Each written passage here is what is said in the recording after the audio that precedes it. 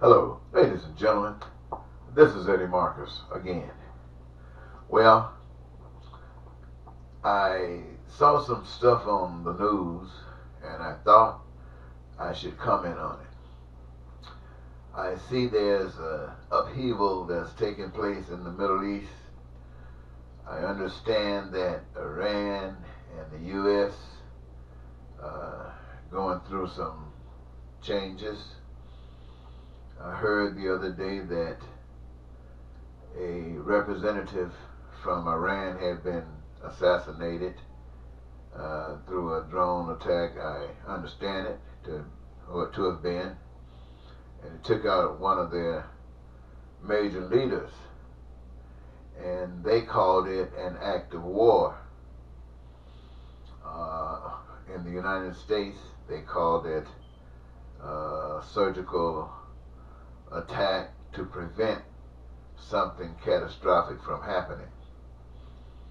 And the Iranians retaliated by shooting some missiles somewhere over in Iraq, indicating that they were focusing in on the U.S.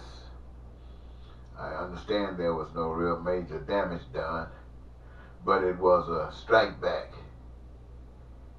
And I also saw some footage where a few thousand more military personnel was being sent over to the Middle East, and I didn't hear any complaints.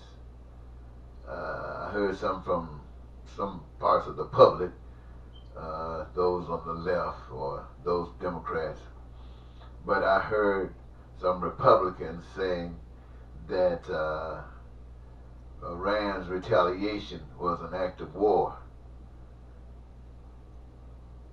There's some strange things happening in the world. And I see these men loading up these planes, getting ready to travel, taking orders, going over, arms ready to engage, to take a life or give their own, following orders. Do they really know what's going on? It doesn't really matter. They are following orders. The generals following orders, men who many Americans thought were going to save them from some crisis situations, but they are following orders. And I'm thinking to myself, these men, these women, ready to go to battle under the orders and the command of someone who wouldn't dare engage in military conflict, thought that everybody who would put a gun in their hand to put their lives on the line had to be out of their minds, stone out of their minds. And now, has the balls, the audacity, and the authority from the American people and from those who are willing to die to follow the dictates of such a one as this. Now, having given up all that you could personally have when you put your life on the line like that, you would think that you would come back to the United States of America and they would ask you, what kind of home do you want and where do you want it built at? And then automatically the search begins to find out where you can get your home structured at. Then on the side of that, they should give you a carte blanche, that anything that you want as far as furnishing your housing, making sure you get the necessary trimmings for it, making sure that you have food whenever you want it, making sure that you have clothing whenever you want it, making sure that you have access to transportation and that you can travel anywhere as you desired, that you don't have to worry about these things. You put your life on the line, took lives on behalf of the American public. Oh, my friends, you should have carte blanche. Now, you think that your government having used you, the generals all down to your privates, being used like that. Don't you think you deserve the best that the nation have to offer? You're the one that protected it. If you didn't protect it, they wouldn't have it. So don't you think that you deserve it? If the politicians who sent you to war, if the politicians who do whatever they do, if they got it, why can't you? Now that's just on the world's level of thinking. That's just on the world's level of thinking.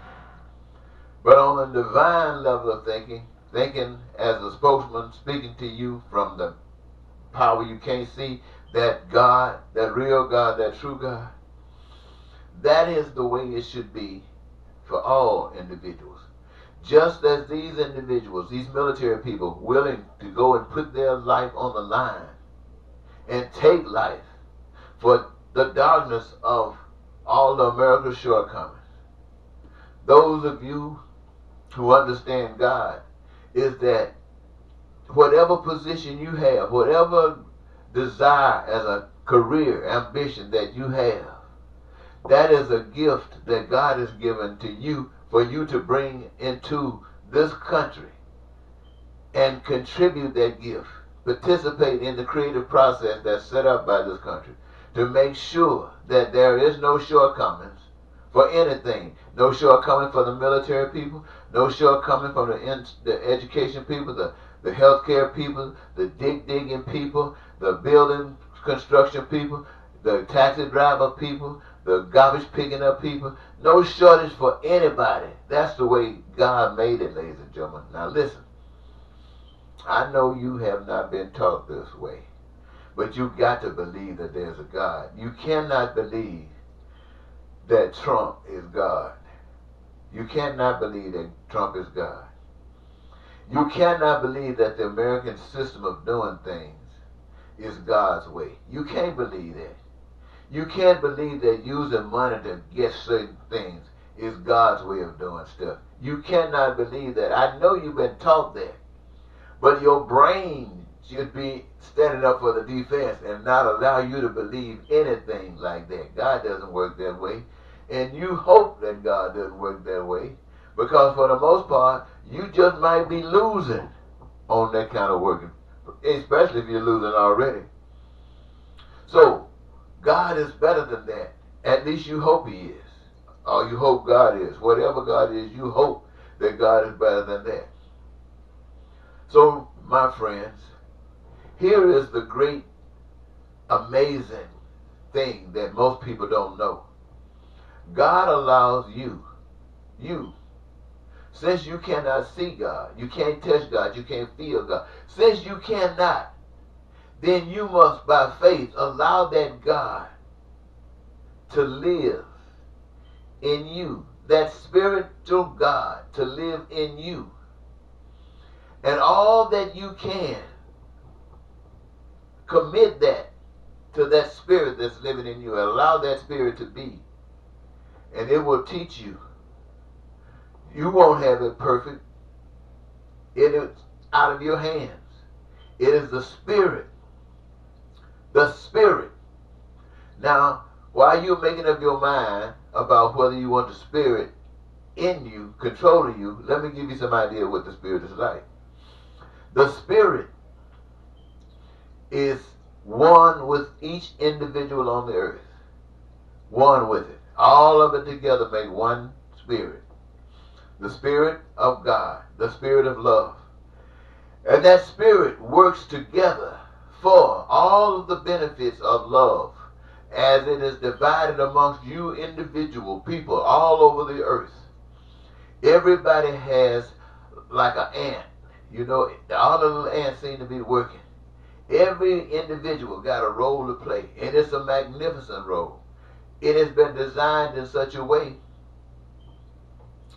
that in having the opportunity to express it, it gives you your greatest joy. Can you believe it? a career. Doesn't have to be basketball, could be. Doesn't have to be any sport, but could be. Could be dancing, could be singing, could be operating a train, a bus, a boat, a plane. Could be digging ditches, could be trimming trees, could be working flower beds. Could be any of those things, but it's your greatest joy. And it is an opportunity for a lot of it to be going on. And as you do it, you're creating heavenly stuff to be displayed in a heavenly kind of way for a heavenly group of people who are doing this for one another. So none would ever be without any of it. Just being alive, just being here on the earth in a body, in the form of a human being, and contributing with your talents makes you one of all of us. And all that exists for all of us. Everybody. Your wants, your needs, your desires, right there. Governed by you. Governed by you. Why? Because this is what we do for one another. You don't need no money. Nobody's any better than another. Nobody's any worse than another. No need to lie. No need. Ladies and gentlemen. Now, can you imagine having the opportunity to live that kind of life? And we live the kind of life we live here in the United States of America, where people are so frustrated, they hate, they're racist and bigots, they're killing each other every day and double it up on weekends, where the government is against the government. Come on, people. Come on. Don't you make me seem like I'm too blessed. You make me seem like, come on, you are just like me. I'm just telling you what I know. And it conflicts with what you believe. But I'm telling you, ladies and gentlemen, believing as you do got you where you at.